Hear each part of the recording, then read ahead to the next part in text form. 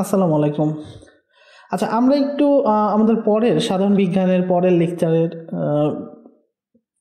ইসে চলে আসছি। যদিও এই লেকচারটা অনেক আগে নিলে সব থেকে বেটার হতো, বাট আমরা একটু লেট করে হলেও এইটা আজকে করব। কোষ রিলেটেড যে কোশ্চেনগুলা বা কোষ রিলেটেড যে টপিক্সটা, এটা আমরা টোটালি এই ভিডিওতে কভার করার চেষ্টা করব। সো আশা করি পুরো ভিডিওটা দেখবেন।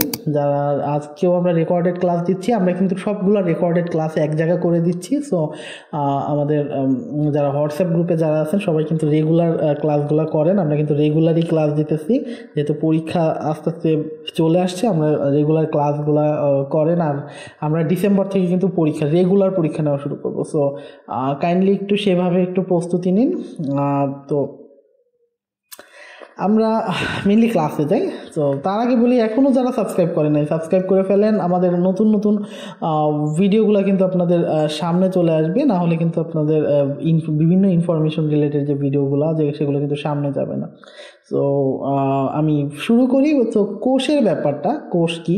কোষ হচ্ছে মেইনলি জীবদেহের গঠন এবং কাজের একক। জীবদেহের গঠন আর কাজের একক 1665 সালে সাধারণত রবার্ট হুক সর্বপ্রথম কোষ আবিষ্কার করেন। আর কোনো জীব একটি মাত্র কোষ দিয়ে গঠিত, তাদেরকে এককোষী জীব বলা হয়। যেমন অ্যামিবা, ব্যাকটেরিয়া, প্লাজমোডিয়াম, এগুলো হচ্ছে এককোষী জীব। আচ্ছা, কোনো জীব একাধিক কোষ দিয়ে গঠিত, এদেরকে বলা হয় বহুকোষী জীব, যেমন আমরা এটা জানি। আচ্ছা, এইখান থেকে কিছু ইম্পর্টেন্ট প্রশ্ন, যেমন জীবদেহের দীর্ঘতম কোষ হচ্ছে নিউরন। আর সব থেকে বড় যে কোষ, সেটা হচ্ছে উট পাখির ডিম। একটা ডিম কিন্তু একটাই কোষ থাকে, এই জিনিসটা মনে রাখবেন। একটা ডিমের মধ্যে একটাই কোষ থাকে। সো উট পাখির ডিম হচ্ছে সব থেকে বড় কোষ, আর সব থেকে ছোট কোষ হচ্ছে মাইকোপ্লাজমা। এটা মনে রাখেন, জাস্ট এটুকু মনে রাখলেই হচ্ছে। মাইকোপ্লাজমা হচ্ছে সব থেকে ছোট কোষ। এটা হচ্ছে একটা ব্যাকটেরিয়ার কোষ, ঠিক আছে। আচ্ছা, উদ্ভিদ কোষ এবং প্রাণী কোষের মধ্যে কিছু পার্থক্য আছে। পার্থক্যটা আমরা দেখে নিতে পারি এখান থেকে। দেখেন, এখানে একটা কোষ গহ্বর আছে, কোষ গহ্বরটা বড়, এখানে কোষ গহ্বরটা ছোট ছোট। এছাড়া এখানে যা আছে এখানেও তাই আছে। এইখানে একটা কোষ প্রাচীর আছে, এই একটা কোষ প্রাচীর আছে। আমি একটু অন্য কালার দিয়ে মার্ক করি, তাহলে আপনাদের জন্য সুবিধা হবে। আচ্ছা, এইখানে একটা কোষ প্রাচীর আছে, বাট এই জায়গাটায় কিন্তু কোনো প্রাচীর নেই। এখানে একটা কোষ ঝিল্লি থাকে, বাট কোষ ঝিল্লি ওরও থাকে। আচ্ছা, এছাড়া আমি যদি বলি এর ভিতরে কি কি থাকতে পারে, উদ্ভিদ কোষের মধ্যে প্লাস্টিড থাকে। উদ্ভিদ কোষের মধ্যে প্লাস্টিড থাকবে, কিন্তু প্রাণী কোষে কোনো প্লাস্টিড থাকে না, কারণ উদ্ভিদ কোষে প্লাস্টিড দিয়ে খাদ্য তৈরি করে, কিন্তু প্রাণী কোষের এই খাদ্যটা তৈরি করার দরকার হয় না। আচ্ছা, এছাড়া সেন্ট্রোসোমের কথা যদি বলি, প্রাণী কোষে সেন্ট্রোসোম বা সেন্ট্রিওল থাকে, উদ্ভিদ কোষে সেন্ট্রোসোম বা সেন্ট্রিওল থাকে না। আচ্ছা, মোটামুটি এই হচ্ছে পার্থক্য। এছাড়া আরও টুকটাক কিছু পার্থক্য থাকতে পারে, আমরা সেটা দেখব। এই যে উদ্ভিদ কোষের মধ্যে সেন্ট্রোসোম, এছাড়া সঞ্চিত খাদ্য গ্লাইকোজেন। প্রাণী কোষে গ্লাইকোজেন, আর উদ্ভিদ কোষে হচ্ছে শ্বেতসার বা স্টার্চ। আচ্ছা, এছাড়া আর কোনো এখানে নাই। আমরা একটু কোষের শ্রেণী বিভাগের মধ্যে দেহকোষ আর জনন কোষ আছে কাজের ভিত্তিতে, আর নিউক্লিয়াসের ভিত্তিতে আদিকোষ আর প্রকৃত কোষ। আচ্ছা, আদিকোষ মানে হচ্ছে যেটাই নিউক্লিয়াসটা সুগঠিত না, সেটা আদিকোষ। আর প্রকৃত কোষ হচ্ছে যেটাই নিউক্লিয়াসটা সুগঠিত, একটা সুগঠিত নিউক্লিয়াস থাকে, সেটা হচ্ছে প্রকৃত কোষ। ব্যাকটেরিয়া হচ্ছে আদিকোষী, অর্থাৎ এর নিউক্লিয়াসটা সুগঠিত না। আর কাজের ভিত্তিতে দুই প্রকার, দেহকোষ আর জনন কোষ। জনন কোষের মধ্যে আছে শুক্রাণু আর ডিম্বাণু। আই থিঙ্ক এটা আপনারা জানেন।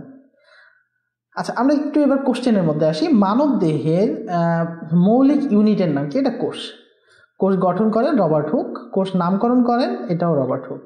কোষ মতবাদের প্রবক্তা, এইটা কিন্তু একটু মনে রাখবেন। এইটা কিন্তু দেখেন, এখানে কিন্তু হুক নাই। কোষ মতবাদের প্রবক্তা হচ্ছে সোয়ান। আচ্ছা, এটা কিন্তু খুলনা বিশ্ববিদ্যালয়ে আসছিল। আচ্ছা, দেখেন, পৃথিবীর প্রথম সৃষ্ট জীব কি? পৃথিবীর প্রথম সৃষ্ট জীব হচ্ছে অ্যামিবা, ঠিক আছে। প্রথম সৃষ্ট জীব হচ্ছে অ্যামিবা। কোনটি এককোষী প্রাণী? এটা হচ্ছে অ্যামিবা, আমরা এটা জানি। একটি ব্যাকটেরিয়া কতটি কোষ দ্বারা গঠিত? একটা মাত্র কোষ দিয়ে গঠিত। আমরা একটু আগে দেখছি যে এককোষী অণুজীব হচ্ছে ব্যাকটেরিয়া। বহুকোষী প্রাণী নয় কোনটি? বহুকোষী তেলাপোকা বহুকোষী, শামুক বহুকোষী, মাছও বহুকোষী, অ্যামিবা হচ্ছে এককোষী, তাই না? প্রাণীদের দীর্ঘতম কোষ কোনটি? এটা আমরা জানি নিউরন। আর বলেন তো সব থেকে বড় কোষ কোনটা? সব থেকে বড় কোষ কিন্তু উট পাখির ডিম, একটু মনে রাখবেন। কোনটি দেহকোষ নয়? এইগুলো তিনটাই দেহকোষ। আমরা জানি শুক্রাণু ডিম্বাণু হচ্ছে কি কোষ? জনন কোষ, তাহলে শুক্রাণু। আদিকোষ কোনটি? আদিকোষ হচ্ছে ব্যাকটেরিয়া, আমরা এটা জানি। আচ্ছা, এবার আসুন কোষ প্রাচীরের বিষয় জানি। কোষ প্রাচীরের বিষয়ে, কোষ প্রাচীরে সাধারণত প্রাইমারি পর্দা থাকে, সেকেন্ডারি পর্দা থাকে, এছাড়া একটা ভিত্তি পর্দা থাকে। কোষ প্রাচীর প্রোটিন, লিপিড, পলিমার এগুলো দিয়ে গঠিত। এগুলো সাধারণত আপনাদের দরকার হবে না। সাইটোপ্লাজম কি? সাইটোপ্লাজমের মধ্যে অনেকগুলো অঙ্গাণু থাকে, মানে সাইটোপ্লাজমটা অনেকগুলা অংশ নিয়ে গঠিত, এগুলোকে বলা হয় অঙ্গাণু। Mitochondria, ribosome, endoplasmic reticulum, plastid, Golgi body, এগুলা। সাইটোপ্লাজমে অবস্থিত অঙ্গাণুগুলোর মধ্যে প্লাস্টিড কিন্তু সব থেকে বড়। প্লাস্টিড সবচেয়ে বড়। মাইটোকন্ড্রিয়া কি? মাইটোকন্ড্রিয়া কোষের শ্বসন অঙ্গাণু, অর্থাৎ যে শ্বসন করতে পারে মাইটোকন্ড্রিয়ার মাধ্যমে। আচ্ছা, মাইটোকন্ড্রিয়াকে কিন্তু পাওয়ার হাউস বলা হয়, এটা একটু মনে রাখবেন। এই যে লেখা আছে দেখছেন, পাওয়ার হাউস বলা হয় মাইটোকন্ড্রিয়াকে। আচ্ছা, মাইটোকন্ড্রিয়ার 73% প্রোটিন এবং 25 থেকে 30% হচ্ছে লিপিড। সামান্য পরিমাণে ডিএনএ, আরএনএ, ক্যালসিয়াম, ম্যাগনেসিয়াম থাকে। আদিকোষে মাইটোকন্ড্রিয়া অনুপস্থিত, এটা আমরা মোটামুটি আমরা জানি। আচ্ছা, রাইবোজোমের মধ্যে সাধারণত রাইবোজোমকে প্রোটিন ফ্যাক্টরি বলা হয়। এই যে লেখা আছে দেখছেন, রাইবোজোমকে সাধারণত প্রোটিন ফ্যাক্টরি বলা হয়। এটা ছাড়া সাধারণত এখান থেকে তেমন ইম্পর্টেন্ট প্রশ্ন নাই, এখানে প্রোটিন তৈরি হয়, এটা মনে রাখবেন। নিউক্লিয়াসকে বলা হয় কোষের মস্তিষ্ক বা প্রাণশক্তি। একটু ভালো করে এটা খেয়াল করলে হয়তো দেখতে পারবেন, ঠিক আছে? নিউক্লিয়াসকে কোষের মস্তিষ্ক ও প্রাণ শক্তি বলা হয়। আচ্ছা, এরপরে দেখেন প্লাস্টিডের কথা যদি বলি, প্লাস্টিড হচ্ছে মেইনলি খাদ্য তৈরি করে, তাই না? প্লাস্টিড, ক্লোরোপ্লাস্ট থাকে এর মধ্যে, লিউকোপ্লাস্ট থাকে, ক্রোমোপ্লাস্ট থাকে, এগুলো সব রং ধারণ করে। বাট প্লাস্টিডের মধ্যে ক্লোরোপ্লাস্ট হচ্ছে খাদ্য তৈরি করে। ভুল হয়েছে, প্রাণী কোষ, ছত্রাক এবং ব্যাকটেরিয়ায় কোনো প্লাস্টিড থাকে না, এগুলো একটু মনে রাখেন। কোনটা? যেমন লিউকোপ্লাস্ট হচ্ছে বর্ণহীন, কারণ এতে কোনো রঞ্জক পদার্থ থাকে না। মূল, তারপরে কাণ্ড, ঠিক আছে, এগুলো হচ্ছে লিউকোপ্লাস্ট। আচ্ছা, ক্রোমোটোপ্লাস্টের মধ্যে সাধারণত ক্লোরোপ্লাস্ট আছে যেগুলো রং ধারণ করে, যেমন ক্লোরোপ্লাস্ট, ক্রোমোপ্লাস্ট। যেমন ফুলের মধ্যে রং দেখেন, এগুলো কিন্তু পরীক্ষা আসতে পারে। পাকা ফলের রং জ্যান্থোফিলের আধিক্যের কারণে হলুদ, এবং ক্যারোটিনের জন্য কমলা, লাইকোপিনের জন্য লাল হয়। আচ্ছা, এগুলো আমরা মোটামুটি জানি। টমেটো বা যে কোনো ফল বা সবজি প্রথম দিকে সবুজ থাকে ক্লোরোফিলের কারণে। এ সময় সামান্য পরিমাণে ক্যারোটিন, জ্যান্থোফিল এবং লাইকোপিনও থাকে, এগুলোর দরকার নেই, আমরা একটু সরাসরি প্রশ্নে চলে যাই। লিপিড, প্রোটিন ও পলিমার দিয়ে তৈরি কোষ প্রাচীর কোনটি? লিপিড, প্রোটিন, পলিমার, আমরা একটু আগে বললাম কোষ প্রাচীর হচ্ছে ব্যাকটেরিয়া থাকে, মানে এগুলো তো সাধারণত শৈবাল, ছত্রাক, সপুষ্পক উদ্ভিদের ক্ষেত্রে তো আসলে কোষ থাকবে, কি বলে, লিপিড, প্রোটিন, পলিমার দিয়ে সাধারণত কোষ প্রাচীর তৈরি হয় না, এটা হচ্ছে ব্যাকটেরিয়ার তৈরি হয়। আচ্ছা, ছত্রাকের কোষ প্রাচীর কি দিয়ে তৈরি? কাইটিন দিয়ে তৈরি, ঠিক আছে? দেখেন, এগুলো কিন্তু লিপিড, প্রোটিন, পলিমার ছিল, এটা হচ্ছে ছত্রাকেরটা হচ্ছে কাইটিন দিয়ে তৈরি। সকল সজীব কোষে কি থাকে? সকল সজীব কোষে সাইটোপ্লাজম মাস্ট বি থাকবে। আচ্ছা, এখন আপনাদের মনে হতে পারে যে প্লাস্টিড, গ্লাইকোজেন, নিউক্লিয়াস এগুলোও তো থাকে, কিন্তু সাইটোপ্লাজমের মধ্যেই আসলে এই প্লাস্টিড বা অন্যান্য জিনিসগুলো থাকে, ঠিক আছে? নিউক্লিয়াসটাও আলাদা থাকে, বাট সাইটোপ্লাজমের মধ্যেই, তো সেই হিসাব করে এটা সাইটোপ্লাজমই আসবে তো। আচ্ছা, এবার আসেন দেহের রাসায়নিক কারখানা কাকে বলা হয়? দেহের রাসায়নিক কারখানা বলা হয় সাইটোপ্লাজমকে। মাইটোকন্ড্রিয়ার কত ভাগ প্রোটিন? ইম্পর্টেন্ট প্রশ্ন, 73 ভাগ। মাইটোকন্ড্রিয়ায় অনুপস্থিত ব্যাকটেরিয়ায়, ঠিক আছে? মাইটোকন্ড্রিয়ার কোষে কোন ধরনের অঙ্গাণু থাকে? শ্বসন অঙ্গাণু। কোষের শক্তি উৎপাদন করে হচ্ছে মাইটোকন্ড্রিয়া। জীবকোষের কোন স্থানে প্রোটিন সংশ্লেষণ হয়? এটা হচ্ছে রাইবোজোম। প্রোটিন ফ্যাক্টরি বলা হয় কোনটিকে? এটাকে বলা হয় রাইবোজোমকে। কোষের প্রাণশক্তি বলা হয় কোনটিকে? নিউক্লিয়াসকে। কোষের মস্তিষ্ক বলা হয় নিউক্লিয়াসকে। আমি একটু আগে বলছিলাম কোন কোষে নিউক্লিয়াস থাকে না, এটা একটু মনে রাখেন। লোহিত রক্তকণিকায় কোনো নিউক্লিয়াস থাকে না, এটা কিন্তু পরীক্ষায় আসে। কোন কোষে একাধিক নিউক্লিয়াস থাকে? এটা হচ্ছে পেশি কোষে।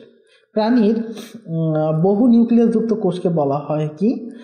সিনসাইডিয়াম। হ্যাঁ, আচ্ছা, এরপরে প্লাস্টিড কোথায় থাকে? প্লাস্টিড থাকে সাইটোপ্লাজমে। আচ্ছা, সবুজ উদ্ভিদের সবুজ প্লাস্টিডের নাম হচ্ছে ক্লোরোপ্লাস্ট, এটা জানি। অসবুজ উদ্ভিদ কোনটা? দেখেন এর মধ্যে কিন্তু সবগুলো সবুজ, এগুলো সব শৈবালের পার্ট। ঠিক আছে, মানে সবুজ গাছ থাকে, বাট এই ছত্রাকটা কিন্তু আমরা জানি ব্যাঙের ছাতা, এটা কিন্তু সবুজ না, এটা হচ্ছে সাদা থাকে।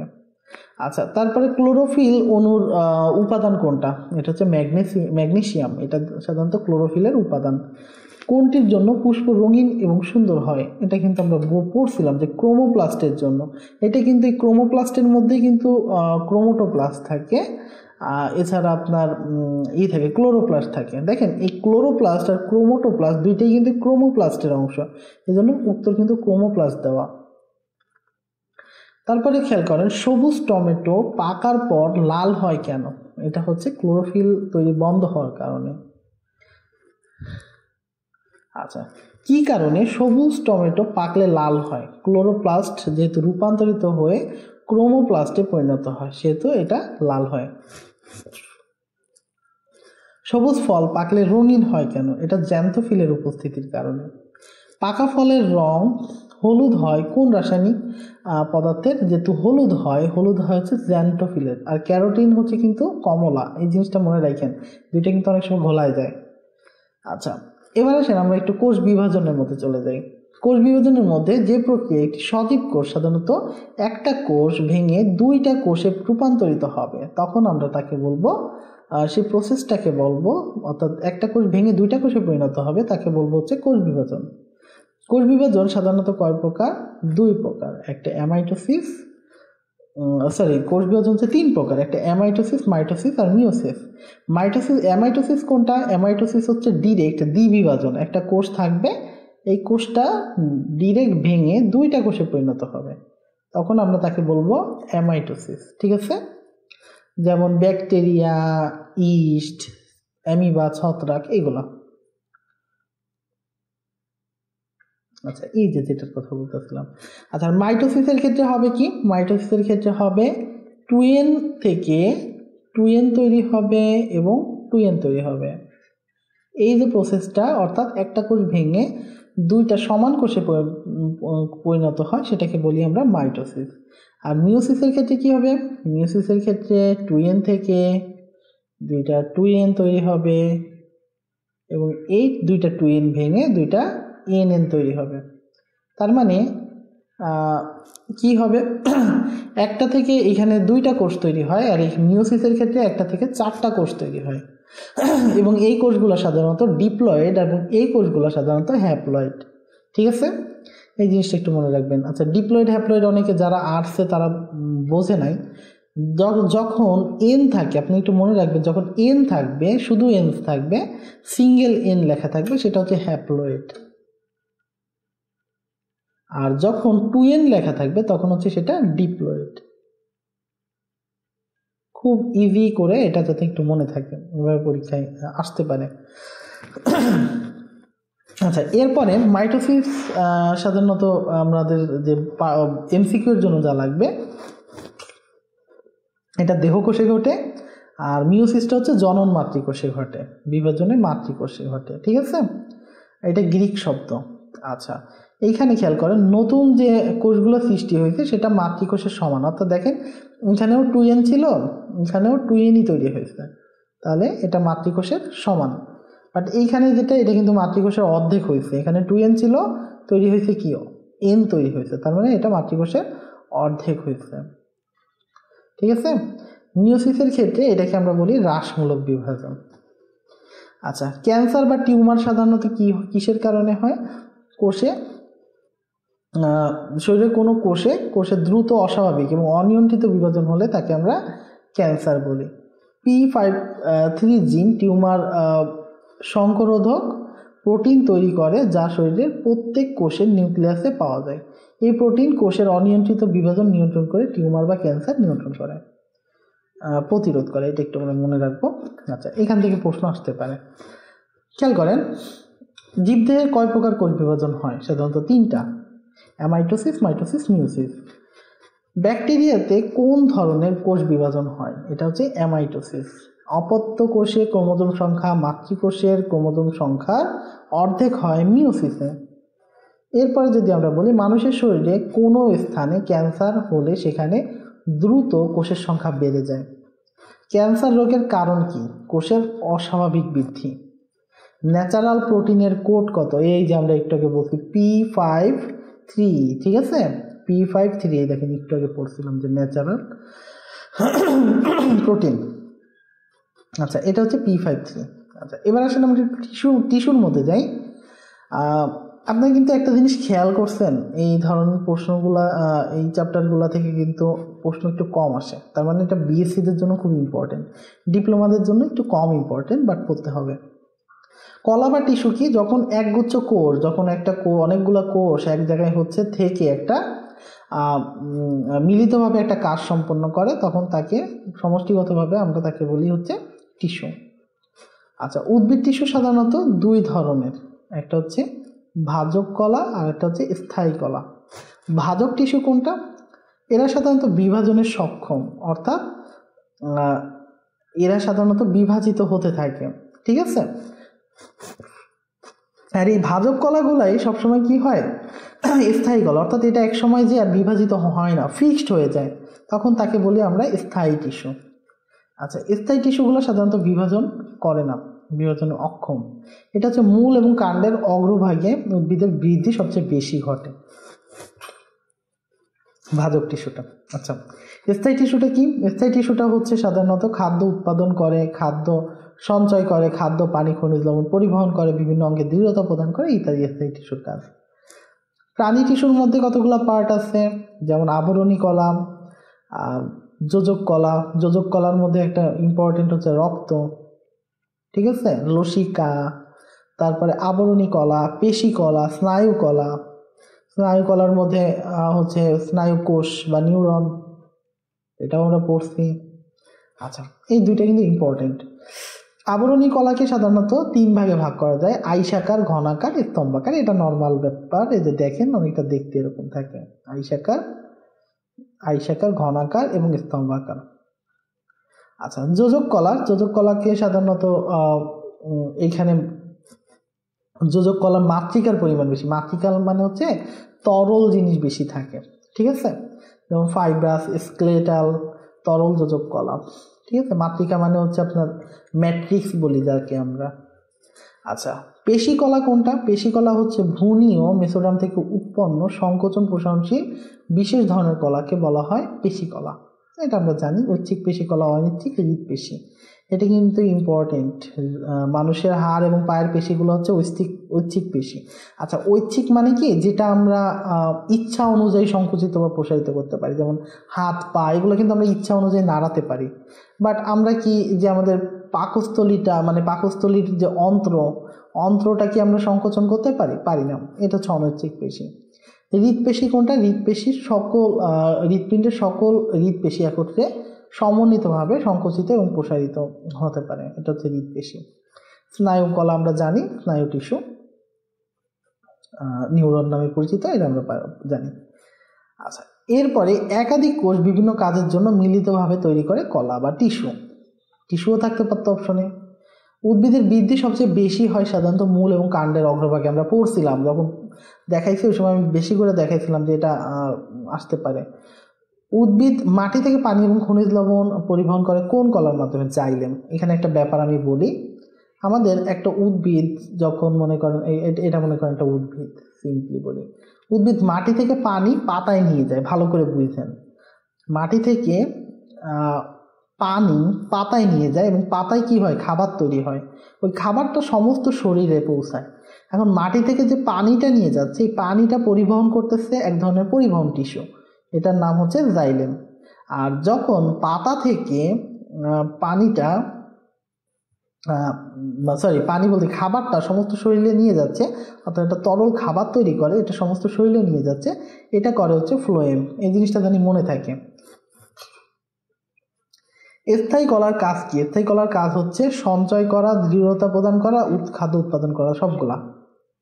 স্থায়ী টিস্যুর বৈশিষ্ট্য কোষগুলা বিভাজনে অক্ষম, ভুল হয়েছে, অক্ষম। স্থায়ী টিস্যু বলছিলাম ফিক্সড টিস্যু, মানে টিস্যুগুলা কি বলে আমরা যেটাকে বলি ভাজক টিস্যুগুলা, যেহেতু ও বিভাজিত হতে পারে, ভাজক টিস্যুগুলা একটা পর্যায়ে যে যখন বয়স হয়ে যায় তখন আর বিভাজিত হতে পারে না, তখন সে স্থায়ী টিস্যুতে পরিণত হয়। কোনটি পাটের সোনালী আঁশ নামে পরিচিত? এটা হচ্ছে ফ্লোয়েম তন্তু, বাস্ট ফাইবারও বলি আমরা, ঠিক আছে। আচ্ছা, তারপরে আকৃতি, অবস্থান এবং কাজের প্রকৃতি ভেদে আবরণ টিস্যু কয় প্রকার? 3 প্রকার। আমরা এটা দেখছি। হৃৎপিণ্ড কোন ধরনের টিস্যু? বিশেষ ধরনের অনিচ্ছিক টিস্যু। কারণ কি, এটা কি ইচ্ছা অনুযায়ী হইতে পারে? এটা ইচ্ছা অনুযায়ী হইতে পারে না। আচ্ছা, এরপরে উদ্ভিদ এবং প্রাণীর প্রোটোপ্লাজমের গঠন একই, এটি সিদ্ধান্ত নেওয়া হচ্ছে ফন্টানা। হ্যাঁ, এটা একটু মনে রাখবেন, ফন্টানা। আচ্ছা, মোটামুটি এই ছিল কতগুলো প্রশ্ন। এই প্রশ্নগুলো আশা করি আপনাদের কাজে দিবে, এবং এটা হচ্ছে আমাদের কোর্স রিলেটেড যে লেকচারটা, এটা শেষ করছি। আমরা প্রতিনিয়ত কিন্তু লেকচারগুলো কমপ্লিট করতেছি এবং খুব দ্রুত করে কিন্তু আমাদের টপিকগুলো প্রায় শেষ হয়ে আসতেছে। তো এখনও যারা আমাদের চ্যানেলটা সাবস্ক্রাইব করেন, চ্যানেলটা সাবস্ক্রাইব করে ফেলেন, এবং আমাদের যে ভিডিওগুলো কিন্তু লাইক দিতে কৃপণতা করেন না, কারণ এত কষ্ট করে এখনও পর্যন্ত যদি আপনি ভিডিওটা দেখে থাকেন, অবশ্যই আপনি পুরো ভিডিওটা থেকে উপকৃত হয়েছেন, তো অবশ্যই একটা লাইক করে দিন। আর কোনো প্রবলেম থাকলে কমেন্ট করে জানায়। আমাদের পুরো কোর্সটা কিন্তু আপনাদের পিন কমেন্টে দেখেন, ওয়েবসাইটের মধ্যে পেয়ে যাবেন, টোটালি সম্পূর্ণ ফ্রিতে। তো দেখে ফেলবেন। সো আজকে পর্যন্তই, পরের কোনো ভিডিওতে দেখা হবে। পরের লেকচার কিন্তু খুব দ্রুতই দিব। তো ততদিন সবাই ভালো থাকেন, সুস্থ থাকেন। আল্লাহ হাফেজ সবাইকে।